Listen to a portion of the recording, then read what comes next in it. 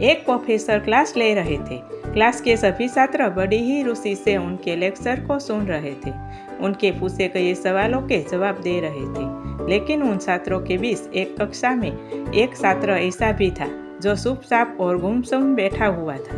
Professor ने पहले ही दिन उस छात्र को नोटिस कर लिया, लेकिन कुछ नहीं बोले।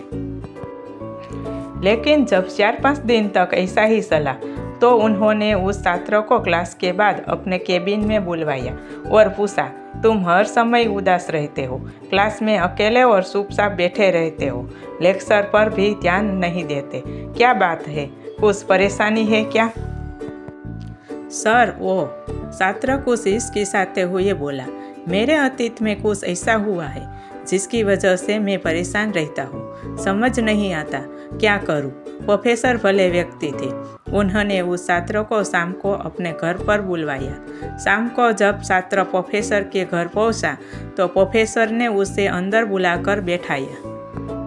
फिर स्वयं किचन में चले गए और शिकंजी बनाने लगे। उन्हें जानबूझकर शिकंजी में ज़्यादा नमक डाल दिया। फिर किचन से बाहर आकर शिकंजी का गिलास छात्रों को देकर कहा, ये लो शिकंजी पियो। छात्र ने गिलास हाथ में लेकर जैसे ही एक घूंट लिया, अधिक नमक के स्वाद के कारण उसका मुंह अजीब सा बन गया।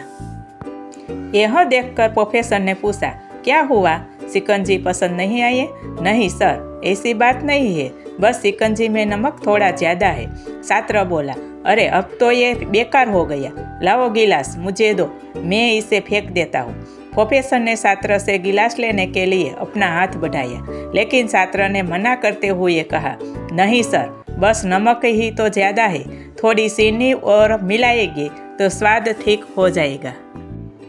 यह बात सुने प्रोफेसर गंभीर हो गई और बोले, सही कहा तुमने, अब इसे समझ भी जाओ, ये शिकंजी तुम्हारी जिंदगी है, इसमें धुला अधिक नमक तुम्हारे अतीत के बुरे अनुभव है।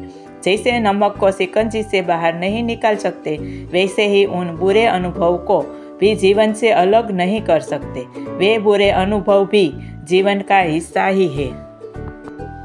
लेकिन जिस तरह हम चीनी घोलकर शिकंजी का स्वाद बदल सकते हैं, वैसे ही बुरे अनुभव को भूलने के लिए जीवन में मिठास तो घोलनी पड़ेगी ना। इसलिए मैं चाहता हूँ कि तुम अब अपने जीवन में मिठास ढोलो। प्रोफेसर की बात छात्र समझ गया और उसने निश्चय किया कि अब वह बिट्टी बातों से परेशान नहीं होगा।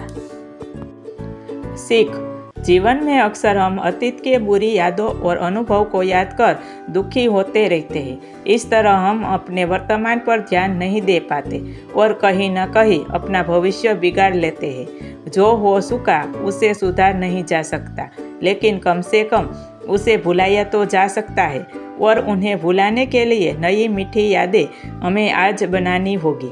जीवन में मीठे और खुशनुमा लम्हों को लाइए, तभी तो जीवन में मिठास आएगी। यह कहानी अच्छी लगी हो तो लाइक कीजिए, प्लीज़ सब्सक्राइब कीजिए और ज़्यादा से ज़्यादा शेयर कीजिए। फिर मिलते हैं नई कहानी के साथ।